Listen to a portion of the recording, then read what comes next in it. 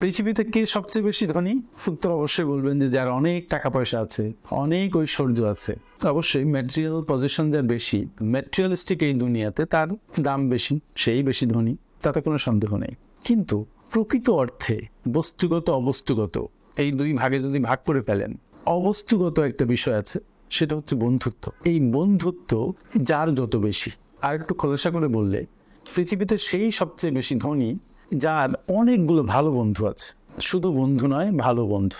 বন্ধুকে যে আপনার কেয়ার করে, আপনাকে সাপোর্ট দেয়, আপনার পাশে খারাপ দিন ভালো দিন সবসময় থাকে। আপনার সুদিনে যেমন আপনার পাশে থাকে, দুর্দিনেও আপনাকে ছেড়ে যায় না। আপনার ডিস্ট্রেসড দিনগুলোতে আপনার পাশে থেকে আপনাকে উৎসাহিত করে, আপনাকে বাঁচার জন্য অক্সিজেন সরবরাহ করে। তাই যার যত বেশি ভালো বন্ধু, সে জীবনে তত বেশি ভালো অক্সিজেন পায়। তার মানে তার বাঁচার আশা বেড়ে যায়, তার জীবন সুন্দর হয়। যখন সে কোথাও যাওয়ার জায়গা পায় না, তখন সে একজন ভালো বন্ধুর আশ্রয় খুঁজে, তার কাছে সে শান্তি পায়, সে প্রশান্ত হয়। ইভেন পারিবারিক অনেক ঝামেলায় যখন মানুষ খুব ক্লিষ্ট থাকে, নিপীড়িত থাকে, অনেকক্ষণ খুব বেদনার্থ থাকে, তখন একজন ভালো বন্ধু তাকে আশা দেয়, তার মনোবল বাড়ায়, তার কেয়ার নেয় এবং তাকে বেঁচে থাকতে উৎসাহিত করে, ভালো ভালো পরামর্শ দেয়। প্রিয় শ্রোতা, আজকে আমি আপনাদেরকে এই অনুরোধটাই করার জন্য ভিডিওটা করছি যে ভালো ভালো বন্ধু খুঁজে নিন। যারা ভালো বন্ধু ছিল তাদের সাথে নতুন করে সম্পর্কের উন্নয়ন করুন। অনেকে বলে যে বড় হয়ে গেলে আর ভালো বন্ধু হয় না। হয়তো ঠিক পার্শিয়ালি, কিন্তু হয়তো যদি আপনি নিজে একজন ভালো বন্ধু হতে পারেন, কারণ আপনি ভালো বন্ধু হলে আপনি ভালো বন্ধুদেরকে অ্যাট্রাক্ট করবেন, এটাই স্বাভাবিক। এবং একজন বন্ধু আপনার জীবনে যত মূল্য সংযোজন করতে পারে, আর কেউই তত মূল্য সংযোজন করতে পারে না, কারণ এই সম্পর্ক অনেকটাই নিঃস্বার্থ। এখানে অর্থের টানাটানি নেই, ক্ষমতার দম্ভ নেই, এখানে হৃদয়ের কাছে হৃদয়ের উন্মুক্ত আবেদন, একটা হৃদয়ের কাছে আর একটা হৃদয়ের সমর্পণ, দুজন মিলেমিশে একাকার। তাই ভালো বন্ধু জীবনে খুব দরকার, কারণ ভালো বন্ধুত্বের বেশ কিছু বেনিফিট আছে। আমি একে বেনিফিটগুলো আপনাদেরকে বলি। তার আগে আপনারা যারা আমার সাথে নতুন, তারা আমাদের চ্যানেলটিকে সাবস্ক্রাইব করে আমাদের সাথে থাকুন। আর যদি ভালো লাগে ভিডিওটা, লাইক, শেয়ার, কমেন্ট দিয়ে অন্যদেরকে দেখার ব্যবস্থা করে দেন।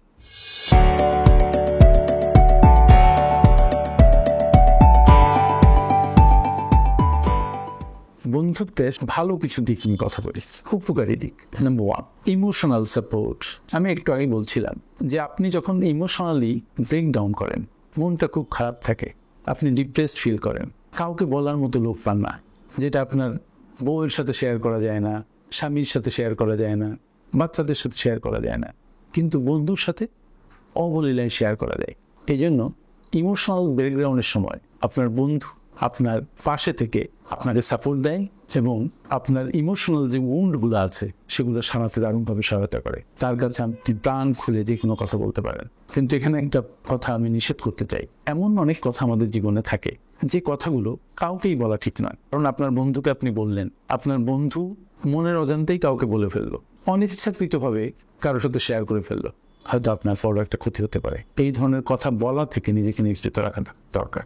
Number 2, improved mental health. আমাদের মানসিক অবস্থা এক এক সময় এক এক রকম থাকে। আমরা কখনো খুব ডাউন থাকি, কখনো খুব বিপর্যস্ত থাকি। বন্ধু বান্ধবদের সাথে মিশে আড্ডা দিলে মানসিক স্বাস্থ্যের অনেক উন্নতি হয়। একটা রিসার্চ বলে যে বাংলাদেশে নাকি প্রতি 8 জনে একজন মানসিকভাবে অসুস্থ।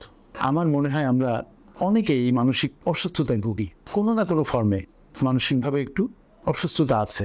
তো বন্ধু বান্ধবদের সাথে মিশে আড্ডা দিলে এই মানসিক অসুস্থতা কমে যায়, মেন্টাল স্বাস্থ্য ভালো হয়। আপনি দেখবেন যে খুব ডিপ্রেস ফিল করছেন, কোনো একটা ভালো বন্ধুর সাথে আড্ডা দেন, চা খান, অতীতের কথা স্মরণ করে বা বর্তমানের কোনো ঠুনকো কথা স্মরণ করে প্রাণ ভরে হাসুন, দেখবেন যে মুড ভালো হয়ে গেছে এবং আপনার মেন্টাল ওয়েলবিং হচ্ছে, মেন্টাল স্বাস্থ্য ইমপ্রুভ করছে। মেন্টাল স্বাস্থ্য ইমপ্রুভ করার জন্য ভালো বন্ধুর কোনো বিকল্প নেই। Number 3, increased happiness. আমরা মনের কথা বলার জন্য আঁকিবুকি করি, অনেক কথা আছে কাউকে বলা যায় না, বন্ধুর কাছে যে বলতে পারলে মনটা শান্ত হয়। অনেক দুঃখের কথা আছে কাউকে বলে হালকা হওয়া যায় না, বন্ধুর কাছে বললে হালকা হওয়া যায়। সমস্ত ধরনের মানসিক অশান্তি, ইভেন কখনো কখনো শারীরিক পেইন, দেখবেন যে বন্ধুদের সাথে আড্ডা মারলে, বন্ধুদের সাথে মিশলে সেটা কমে যায়। দুঃখ যদি কমে যায়, অসুখ যদি কমে যায়, তাহলে কি হয়? মূলত সুখের মাত্রাটা বাড়ে। তাই আপনার যত ভালো বন্ধু থাকবে ততই দেখবেন আপনার সুখের অনুভূতি বাড়ছে, কারণ আপনি জানেন যে আপনি যদি খুব খারাপ অবস্থায় পতিত হন, আপনার বন্ধুরা আপনাকে রক্ষা করবে। আপনি জানেন আপনার যদি প্রচণ্ড মন খারাপ হয়, আপনার বন্ধু আপনাকে সাপোর্ট দিবে। আপনি জানেন যে আপনি যদি একা ফিল করেন, তাহলে আপনার বন্ধু আপনাকে সঙ্গ দিবে। বন্ধুরা আপনাকে একা থাকতে দিবে না।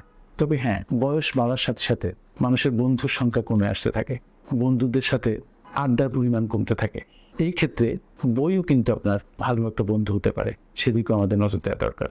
কারণ বইও আপনার হ্যাপিনেস বাড়াতে সহায়তা করে, ঠিক বন্ধুর মতো।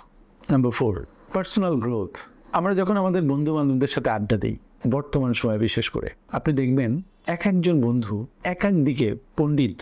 তার মানে এক একজনের জ্ঞান এক এক দিকে খুব বেশি, এক একজন এক এক দিকে চর্চা করেন, তার প্রায়োরিটিস এক এক দিকে, জানাশোনার ইচ্ছে একদিকে। ফলে কয়েকজন বসে যদি আপনি আড্ডা দেন, দেখবেন যে এক একজন এক এক বিষয় নিয়ে আলোচনা করছেন, যেটা আপনার পার্সোনাল ডেভেলপমেন্টে দারুণভাবে হেল্প করতে পারে।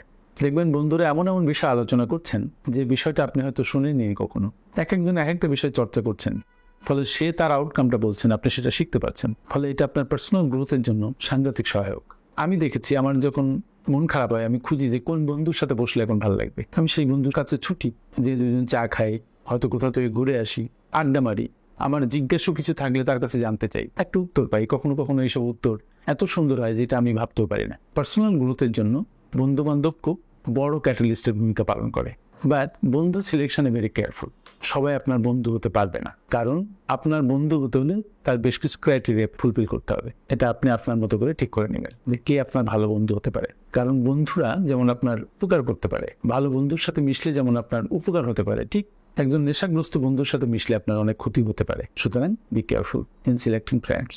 Number 5, enhanced social skills.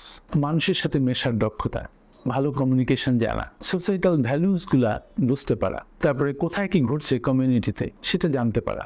এই সবগুলো বন্ধু বান্ধব আপনাকে অনেকটাই হেল্প করে। আপনার বন্ধু আপনাকে হেল্প করে কমিউনিটি এনগেজমেন্টে।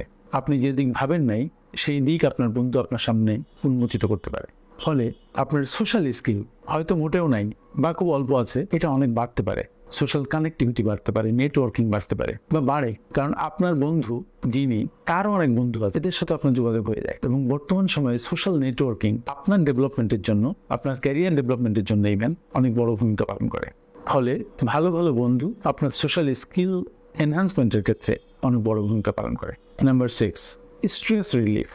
আমি প্রথমে বলেছিলাম যে আমরা অনেক সময় প্রচণ্ড স্ট্রেসড আউট থাকি। হয়তো স্ট্রেসের পরিমাণ সাথে সাথে কমতে পারতো যদি আপনি বুক ভরে নিঃশ্বাস নিতে পারতেন, যদি আপনি প্রাণ খুলে হাসতে পারতেন। কিন্তু দেখবেন যে স্ট্রেসের কারণে আপনার বুক বন্ধ হয়ে আসছে, হাসতে ইচ্ছে করছে না। কিন্তু একজন বন্ধুর কাছে গেলে বা কোনো বন্ধু আপনার সাথে মিশলে দেখবেন যে হঠাৎ করেই স্ট্রেস অনেকটা উধাও হয়ে যাচ্ছে।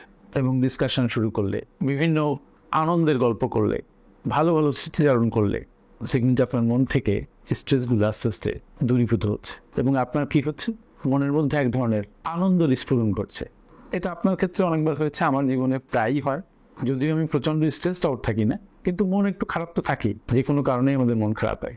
সুতরাং ইমোশনালি ব্রেকডাউন করলে বন্ধুরা আপনার মন ভালো করার জন্য বড় একটা অনুঘটকের ভূমিকা পালন করে। সো স্ট্রেস রিলিফের জন্য আপনার ওষুধ খাওয়ার দরকার নেই, আপনি বন্ধুদের সাথে মিশুন। Number 7, health benefits.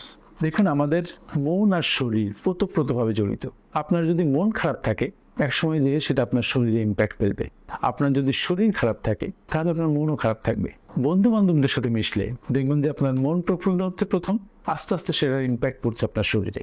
আমি দেখতাম আমার কিছু বন্ধু একসময় খুব হাঁটতো, তাদের সাথে আমিও হাঁটা শুরু করেছি। আবার কিছু বন্ধু হাঁটে না, কোনো এক্সারসাইজ করে না, পরে দেখলাম যে আমিও এক্সারসাইজ করি না। ইউনিভার্সিটি হলে থাকার সময় আমার এক বন্ধু খুব সিগারেট খেত, দেখে আমিও কয়েকটা সিগারেট খাই। আবার একজন খুব নামাজ পড়তো, তার সাথে আমিও নামাজ পড়তাম। মানে বন্ধু বান্ধব কিন্তু আপনাকে প্রচণ্ডভাবে প্রভাবিত করে।